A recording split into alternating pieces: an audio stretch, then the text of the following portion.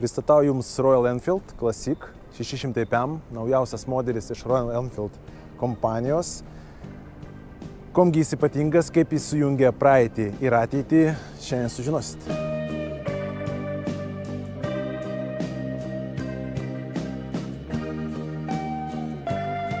Daug kas kalba apie Harley Davidson kaip seniausią gamintoją motociklų, bet iš tikrųjų daug kas pamiršo Royal Enfield. Iš vis pamiršta šitą brandą, nors iš tikrųjų tai vienas iš seniausių motociklų brandų pasaulyje. Royal Enfield pradėjo motociklų gamybą 1901 metais. Tai pažiūrėkit, šitas brandas jau turi istorijos virš 120 metų. Royal Enfield Classic 600 PM yra kūriamas ant tos pačios bazės, 600 PM cc bazės Royal Enfieldo, kur kūrėmi Interceptor, Super Meteor. Aišku, jo išvaizda išskirtinė, tai labiau retro stiliaus motociklas, sėdėsena, išvaizda, dizainas, spalvos. Visi tie bruožai jau priklauso būtent šito stiliaus motociklui. Labai daug retro stiliaus elementų, kaip mato, tachometras, speedometras, viskas mechaniška. Aišku, turim greičio rodiklius čia, turim navigaciją Royal Enfieldo, kuri veikia net be interneto. Kažkiek tai, kaip sakoma, technologijų čia turim, bet bendrai pats vaizdas, aišku, labai retro. Daug chromo. Čia būtent tokia spalva, kur turbūt mažiausiai chromo, bet iš tikrųjų, jeigu pasirinksim juodą spalvą, tai bus chromuotas ir bakas, ir sparnas. Na, kas mėgsta chromą, tai tikrai bus pasirinkimo. Man labai patinka jo išvaizda iš galo, ypač duslintuvo. Vat kažkaip jis man toks, na, jau labai simpatiškas. Tie duslintuvai tokie retro stiliaus, metalo plastiko, minimum net ir šitas, pavyzdžiui, gaubtas metalinis. Čia lyg tai plastikas, metalas, na, daug metalo, na, kaip ir turi būti, čiagi klasika. Labai švilnus motociklas, pavarų perjungimas, vairavimas, bendrai jo sėdėsena, kaip tu jautiesi, kai važiuoji su juo, jis labai švilnus. Gal jis toks ir turi būti, nes tai vis dėlto retro vibe motociklas, nors priekinis žibintas LED, kaip mato čia Eco LED. Tai tokia, kaip sakoma, biškutį kaip ir apgaulė. Labai retro, bet technologijų jame, pavyzdžiui, ABS-ai, LED apšvietimas, gale priekyje, gan modernus variklis, nors jis retro, bet gan modernus Parallel Twin 600 PM cc, kubikų, kažkur nuo kiam iki PM arklio galio, plus minus, bet mieste pakanka, dar išbandysim jį kely.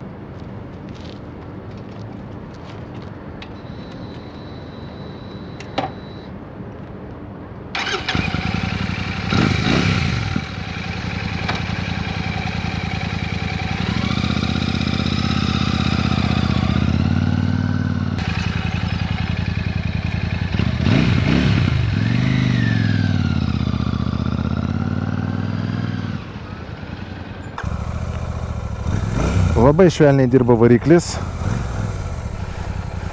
Bendrai motociklas sukurtas su tokia intencija, kad jis būtų labai draugiškas naujokui.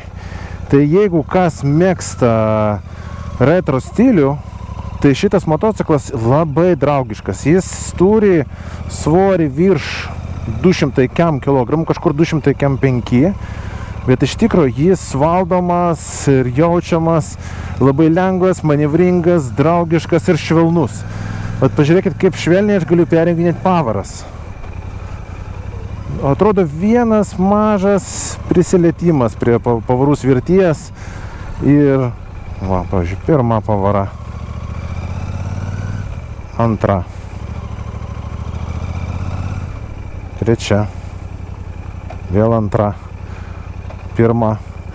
Ant kiek lengvai. Vat čia jo turbūt vienas iš privalumų, kad motociklas labai švelnus ir draugiškas. Taigi naujokai drąsiai gali pirkti, plus dar jo kaina nėra labai didelė. Tai naujokams tai, manau, kaip tik ir pliusas.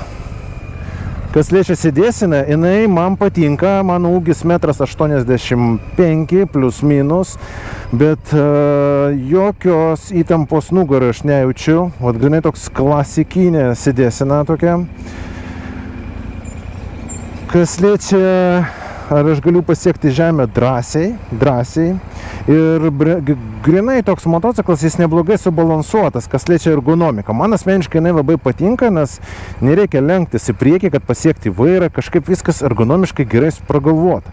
Tai nesumiluosiu, jeigu pasakysiu, kad būtent šitas modelis man jau yra tarp top motociklų, kuriuos aš bandžiau. Nes pagal kainą ir kokybę, ką tu gauni, na, įspūdingai.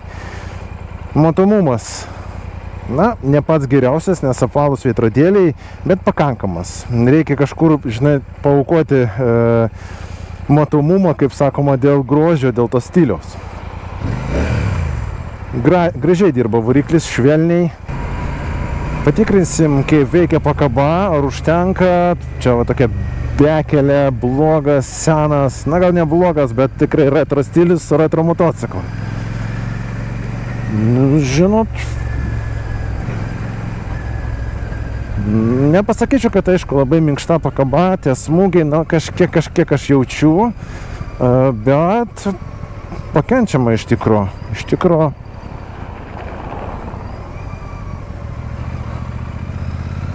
Neblogai. Toks viduriukas. Gal trupučiuko mažiau už viduriuką, jeigu mes lyginam su adventure motociklais, bet turbūt nėra ką lyginti. Čia visiškai kitos klasės motociklas. Tai va tai smūgiai, jeigu nedideli nelygumai, tai kaip ir visai neblogai. Jeigu tokie didesni, tai aišku, persiduoda net man į plaučius, kaip sakoma. Bet pakenčiama. Nėra kažkokia tai, nu jau nepakenčiamos pakabos.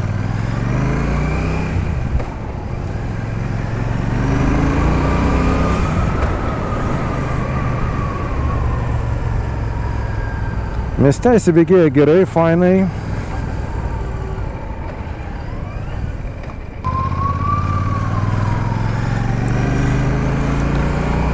Traukos tikrai pakanka. Va, su trečia pavara į kalną drąsiai. Čia PM 2 Nm sukimo momentas.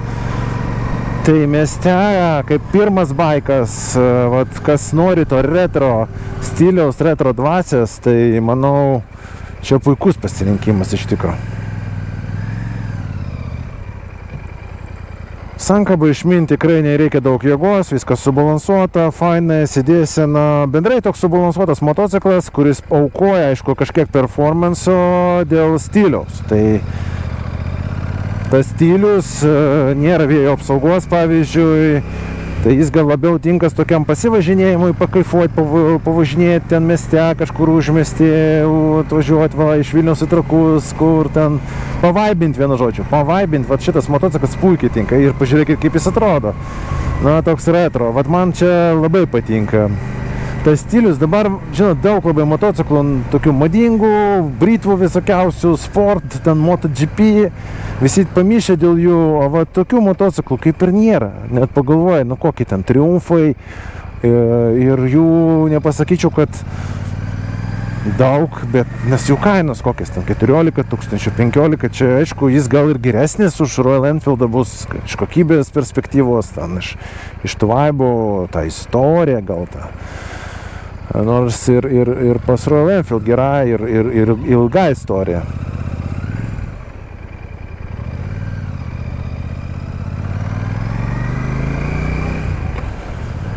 Nu, bet už 7 000. Vat kur jūs ką gausit iš naujo, kur naujas motociklas ir kad tiek kainuotų ir va taip atrodytų, taip važiuotų.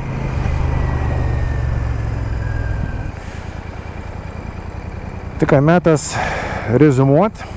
Tai apie pliusus, minusus pamatysit, kažkur ekrane iššoks mano pamastymai, o kaip aš ir sakiau, motociklai puikiai subalansuotas, fainai atrodantis, man asmeniškai jis labai patiko, ypač jeigu pirmas sezonas, va tik išlaikė teisės, puikus pasirinkimas, manau. Gaunat naują motociklą, už papigiai, kuris turi ir vaibą, ir stilių, ir gan galingas. Čia vis dėlto ne 200 cc ar dar kažkas. Čia gan galingas motociklas, kuris gali